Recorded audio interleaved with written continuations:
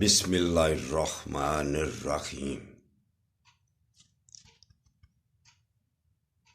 کھول کے دیکھ چشم دل، آتا ہے لطف کیا نماز میں، ہر طرف آتا ہے نظر نور خدا نماز میں۔ بوڑھا ہو یا جوان سب پر نماز فرض ہے، بچے کو سختی سے لاؤ نماز میں۔ اٹھو مسلمانوں، اپنے مقدر جگا لو،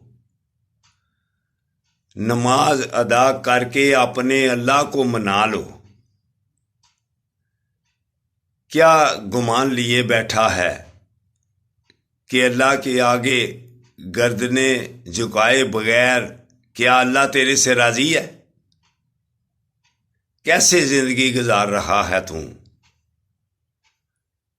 اللہ کے آگے جھک جائے گا تو کسی کے آگے جھکنا نہیں پڑے گا۔ سارا دن سجدے کرتا رہتا ہے،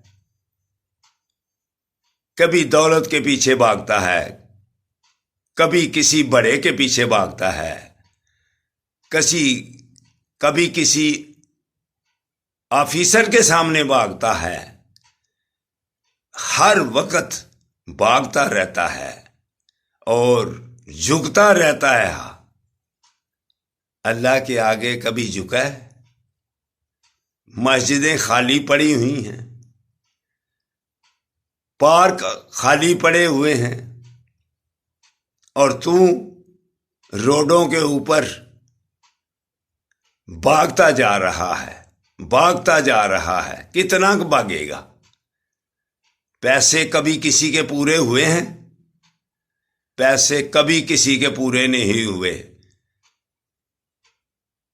زندگی اسی میں بہتری ہے آپ کی کہ زندگی کو آسان راستے پر ڈال لے، سکون سے زندگی گزر جائے گی۔ اللہ کے آگے جب تیری گردن جھکے گی پھر تو سارا دن کسی کے آگے جھکے گا نہیں۔ میرے دوست، میرے برخوردارو، اگر آپ نے چین اور سکون کی زندگی گزارنی ہے، زندگی کا لطف اٹھانا ہے، تو پھر گردن سے سریا نکال کر اللہ کے آگے جھک جاؤ۔ یہ جھکنے کا وقت ہے، یہ اپنے گناہوں کی معافی مانگنے کا وقت ہے۔ پھر چین سکون سے زندگی گزرے گی۔ انداز بیاں اتنا خوب تو نہیں ہے کہ شاید اتر جائے تیرے دل میں میری بات۔ نبی کریم صلی اللہ علیہ وآلہ وسلم کا فرمانے علی شان ہے کہ پاک زبانوں سے دعا کرایا کرو۔ صحابہ کرتے ہیں، یا رسول اللہ کس کی ہیں پاک زبانیں؟ ہمیں کیسے پتا چلے کہ اس کی پاک زبان ہے؟ میرے آقا صلی اللہ علیہ وآلہ وسلم نے ارشاد فرمایا، دوسرے کی زبان تیرے لیے پاک ہوتی ہے اور تیری زبان دوسرے کے لیے پاک ہوتی ہے۔ اس کا کیا مطلب ہے؟ کہ دوسرے کو اچھا سمجھ، دوسرے بدگمانی نہ پیدا کر۔ بدگمانی دور گناہوں تک لے جاتی ہے۔ اس لیے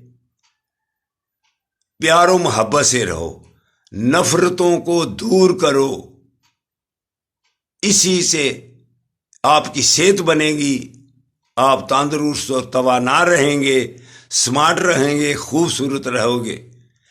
تو آؤ نماز ادا کریں، نوافل ادا کریں، اس کے بعد فاطمہ جناح پارک کا رخ کر لو، آپ کو ادھر ملوں گا۔